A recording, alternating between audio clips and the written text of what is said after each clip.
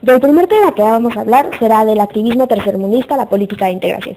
Al término de la Segunda Guerra Mundial, prácticamente todos los países se unieron en dos grandes bloques, el capitalista y el socialista. El primero fue encabezado por Estados Unidos de América y el segundo por la Unión de las Repúblicas Socialistas Soviéticas, mejor conocida como la URSS. El economista Alfred Schwabi propuso el término del tercer mundo para designar a los países que no se habían alineado con estos bloques y se caracterizaban por tener una economía basada en la producción agrícola, exportación de materias primas, atraso tecnológico industrial, fuerte dependencia de organismos financieros internacionales, sobrepoblación, altos índices de analfabetismo, desnutrición, pobreza, así como rezago de infraestructura. El atraso de estos países de tercer mundo, también llamados en vías de desarrollo, se interpretó como consecuencia del dominio y la explotación colonial que sufrieron desde el siglo XVI por parte de las grandes potencias coloniales. Para poder competir con las grandes potencias e impulsar su crecimiento económico, muchos países en vías de desarrollo conformaron bloques comerciales regionales de libre comercio y se adherieron a organismos internacionales.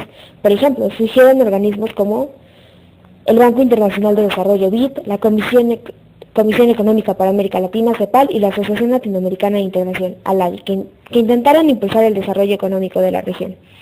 A partir de 1970, los países tercermundistas transitaron del activismo por defender su derecho a decidir sus propias formas de desarrollo y organizaron política a negociar su integración económica con los países desarrollados.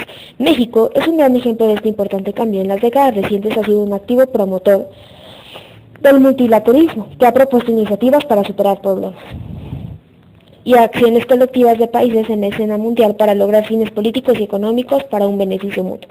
Ha formado parte de grupos multilaterales y ha sido sede de importantes reuniones internacionales.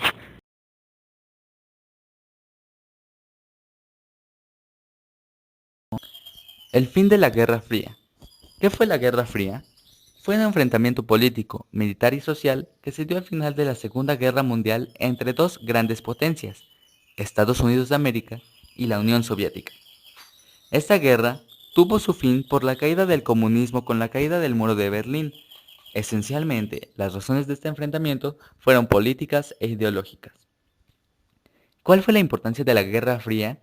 Esta tuvo una gran importancia en el avance científico y tecnológico por parte de las dos naciones, en el campo aéreo. También el desarrollo en la guerra, como armas, una nueva generación de aviones de combate, tanques de guerra. Hubo un gran avance en la medicina, ya que las dos superpotencias competían en descubrir nuevas fórmulas médicas. Hubo nuevos avances tecnológicos en comunicación. Las principales características de esta guerra es que fue un enfrentamiento posterior a la Segunda Guerra Mundial. Su inicio se marca por el fin de la Segunda Guerra Mundial y su fin por la caída del comunismo con la caída del muro de Berlín. Fue un enfrentamiento de ideologías entre Estados Unidos de América y la URSS. Estas dos supernaciones nunca se enfrentaron cara a cara militarmente.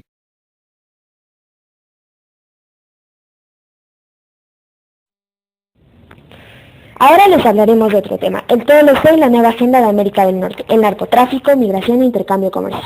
El Tratado de Libre Comercio de América del Norte, mejor conocido por sus siglas como TLCAN, entró en vigor el 1 de enero de 1994. Su propósito era establecer una zona de libre comercio entre Canadá, Estados Unidos y México. Sin embargo, el desarrollo desigual de nuestro país respecto a sus socios ha impedido obtener beneficios económicos y, por el contrario, se han agudizado problemas en algunas áreas como la agricultura.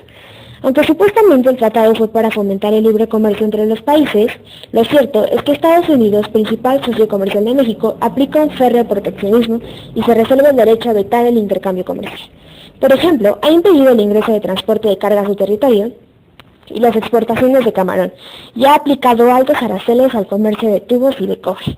Recordemos que los aranceles son impuestos que se aplican a los bienes que son objeto de importación y exportación. El impacto más negativo del TLCAN se ha expresado en la producción agrícola y en la situación precaria de los campesinos, mientras que el valor de las exportaciones de productos agrícolas estadounidenses aumentó un 50% a mediados del 2007. En México, 2 millones de personas dejaron de trabajar en el campo. En cuanto a la producción de maíz, de la cual dependen los ingresos de unos 18 millones de personas, el gobierno mexicano permitió la importación de millones de toneladas sin aranceles.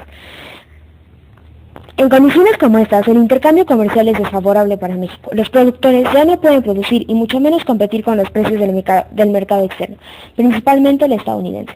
Las consecuencias más graves de esta desigualdad se han expresado en el incremento de la migración a Estados Unidos y el narcotráfico. Antes de la firma del TLCAN, alrededor de 28,000 mexicanos migraban cada año a Estados Unidos. En la actualidad se estima en promedio que migran 300,000 mexicanos. Este extraordinario crecimiento es alimentado fundamentalmente por campesinos que han dejado sus tierras. La migración generada por el trato solo es comparable con la que provocan las guerras en otras naciones. La devastación del campo mexicano contribuyó con desempleados y con campos poco utilizados en el incremento del problema del narcotráfico, la drogadicción y la violación. A ello también ha contribuido la intensificación de las relaciones con Estados Unidos de América. El problema es complejo y reclama una solución inmediata. El gobierno estadounidense se ha negado reiteradamente a revisar el TLC. Sin embargo, es necesario hacerlo para renegociar aquellos aspectos que han dañado a la industria y el campo mexicano y evaluar cómo ha influido en la agudización de la migración y el narcotráfico.